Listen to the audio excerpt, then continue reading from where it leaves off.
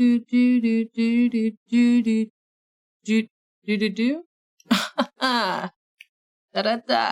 Hello, my name is Rachel Ablavi. I'm here on Chicago Reacts tonight, and I will be reacting to the failure of Fyre Festival by Internet Historian, which I'm very excited about because this is funny.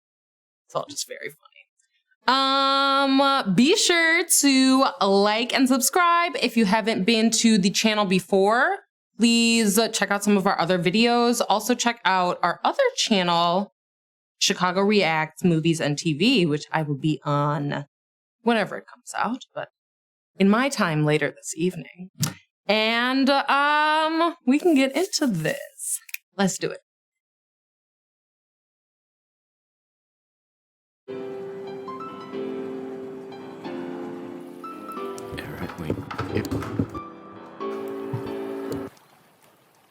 Hi there. Hi. You're probably wondering how I got this tan. Well, let me tell you the story. It begins with a man by the name of Billy McFarland. Oh, yeah. Billy was a good boy. At 22, he had dreams of becoming a super wealthy entrepreneur, dropping out of college to start a business called Magnesis. Over the years, he managed to network with some powerful people. One of them was Ja Rule. Translated from German, I believe it means, yes, rule. Over drinks, he pitched an idea. Here's an accurate recreation of that event. Mr. Rule, He says, I have a brilliant idea. Like, word, like, yo, what happened? Woo. I'm like, yo, this nigga 2 miles fucking his bitch. Woo. precisely, great minds think alike. It will be 2 weeks of absolute luxury in the Bahamas.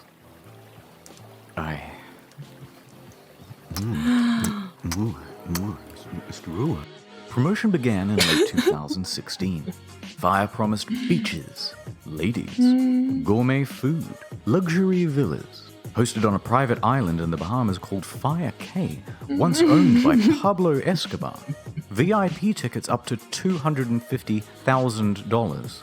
Swimming pigs. Blink 182. Major Lazer. A steel drum. Welcome to Fyre Festival. The best 2 damn weeks of your life. I bought my ticket immediately. Do you think you actually did? I would love that. So I'm been trying to remember all the details of this event because it happened 4 years ago or something like that. And I watched the Hulu documentary 2 years ago, and it was really, really funny. But then I didn't watch the Netflix one because it was funded by one of the sponsors of the festival or something. But it seems sketchy, and I mean, all of it's very sketchy, but I'm here for that. Very excited. The day arrives. About 5,000 people are making their way directly from Miami Airport, and there are huge delays to get to Fyre Cay. Although I shouldn't say Fyre Cay, because it doesn't exist. In the marketing, they referenced this island, which is actually Norman's Cay, run by George Jung, not Pablo, by the way. But that doesn't matter because we're not going there either. We're going to Great Exuma. Private island? Oh, yeah. Forget that. Population, 7,000. In fact, we're basically in the parking lot of a Sandals resort. Oh, yeah. In the end, only about 500 of us make it to the island. The remaining customers' flights are cancelled. You're about to see why. We're hauled onto a school bus and taken to the site. A gravel lot with a bunch of FEMA tents. Remember those promises of luxurious villas? Granted. Enjoy your stay. And don't forget your complimentary cup of UNICEF rice. Turn this bus right around. Once there, no one knows whose tent belongs to whom, so staff try getting everyone into a line. Then they abandon that idea and tell everyone it's a free-for-all. Expecting a party, this guy took all of his drugs on the flight over. He's the only one having any fun. Wow. Everyone else is grumpy because it's been 5 hours and there's no food. In lieu of food, staff decide to start handing out tons of free tequila. This only exacerbates problems. Once the food does arrive, it's just as delectable as promised, though. Gourmet craft single there. A few hours later, bags arrive on a shipping container. It was getting dark and there was no lighting. So everybody's walking around with their cell phones trying to look for their luggage. Plenty of people had their luggage stolen. But don't worry, if you have any valuables, the festival advertised top-notch security. Here it is. but no one told guests they had to provide their own lock. There are rumors of muggings by the locals. I heard rumors of feral dogs. A tent supposedly caught fire. The closest beach has a rampant shark problem. Staff don't have any uniforms or walkie-talkies, so no one knows who's in charge, and the people who are in charge can't talk to each other. Here's the bathroom. Many staff quit after only a couple of hours. For the few customers who were willing to just make the most of it and enjoy the music, they had some bad news too. All of the major musical acts pulled out. In fact, Major Lazer wasn't even confirmed to go in the first place. Yeah. The event was promoted as Didn't that happen to like most of the headliners? Like they were just never confirmed. Like maybe they were reached out to and they were like, I'll consider it. But he was like running scam all over the US. He would like, let's just do Billy. He would like get that like credit card company. And then he was using the money that he made from that to pay off another scam that he had run. And then he got a bunch of investors to like pay for this. And then he used the money that he made from the ticket sales to like pay back the investors. But there was no money to pay any of the acts. And you can like look up and fact check me. I'm not going to fact check this. So that's on you. cashless, so all people had were these useless Disney bucks on their Fyre bands, which meant they couldn't buy anything or catch a cab if they were stranded. And even with only 500 people, there are too few tents and beds, so everyone is just stealing each other's. Oh no. And for any of you thinking you could just escape to the sandals, bad luck. It's peak season and they are absolutely full. People are reaching out to the embassy for help. After a few hours, most people chose to go back to the airport, and the rest were forced back home when the Bahamian government stepped in. The festival was closed. But the exodus from the island made its own problems. Guests spent hours dehydrated and hung over in a hot building. Why staff locked the door isn't entirely known, but one girl fainted before they were finally reopened. Everyone gets home, and that was the end of it. Except for me. I was rescuing someone, helping them out, and I got lost in the woods. Really? Anyway, back at home, the shitstorm on social media was just ramping up. The Reddit Fyre Festival was created, and it started documenting everything that went wrong at the event. People were circulating a fake tweet by Jar that the whole thing was a social experiment. Some wholesome festival memes there. And it quickly turned into a marketing case study of what not to do.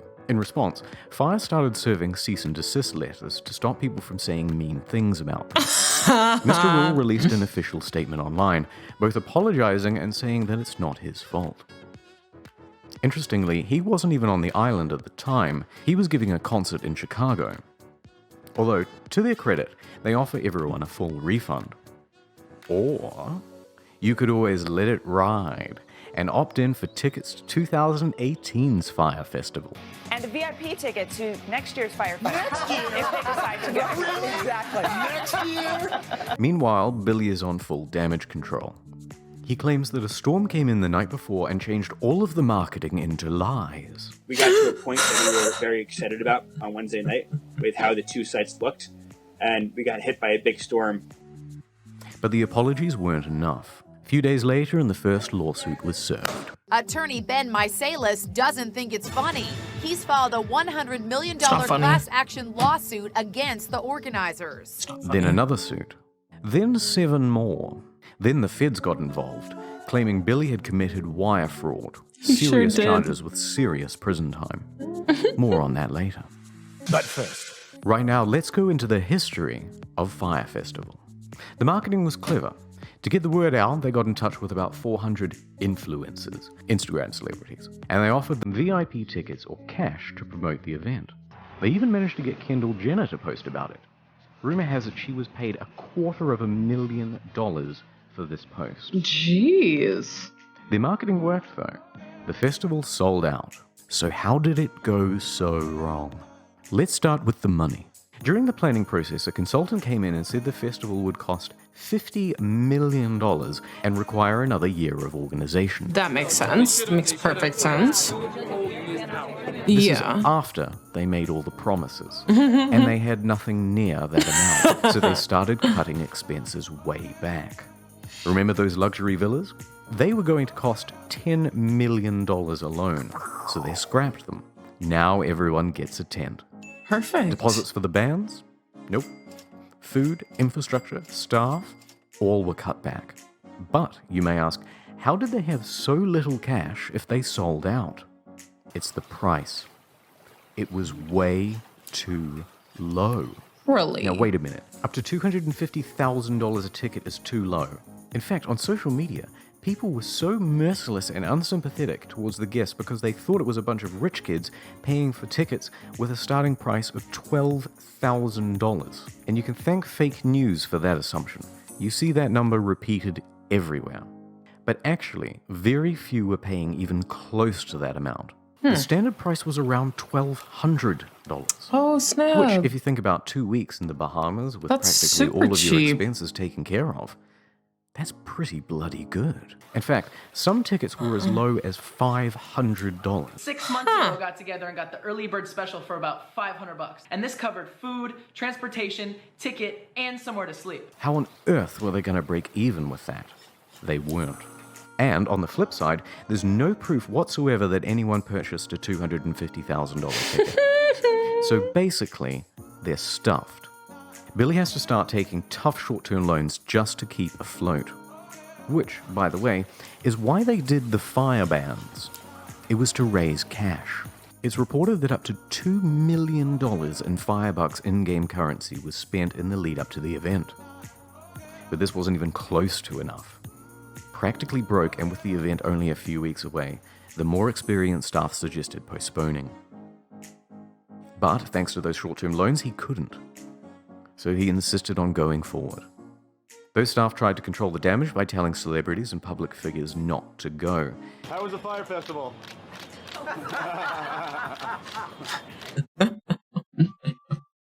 So, Billy and Jar are in some serious trouble. But let's please have one failed festival that has a sequel. Well, Billy is out on $300,000 bail. His Really? assets were frozen as at May 18th. He dropped his expensive attorneys. He's selling his property in New York. He tried to sell Magnesis for $150,000, but it was cancelled for being fraudulent. Massively in debt and with no hope of paying it back, Fyre went into involuntary bankruptcy. And that is the end of Fyre Festival. I'll keep you posted about whether Billy is going to jail. So long, Fyre Festival. You were too beautiful for this world. And as for me, well, it's time to go home.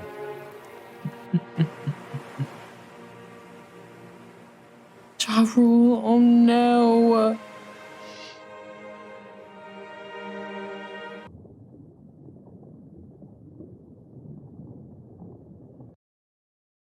Wow.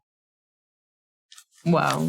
Just wow. I'm pretty sure Billy did go to jail. I don't know. I don't have my phone on me. It's on the floor.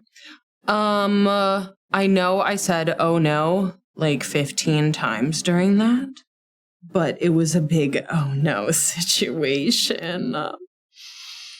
Oh my God. That was really funny. If you haven't seen the Hulu documentary, you should watch it. It's just like this guy is just digging himself deeper and deeper into this hole. And then at the end, there's like an interview with him either like in jail or he's like leaving jail. Oh, good shit. Thank you for watching that video with me. Please be sure to leave a comment, like this video, subscribe to the channel, check out some of the other videos on here. You can follow me on Instagram at Rachel Ablavi. And I'll see you next time. Thank you.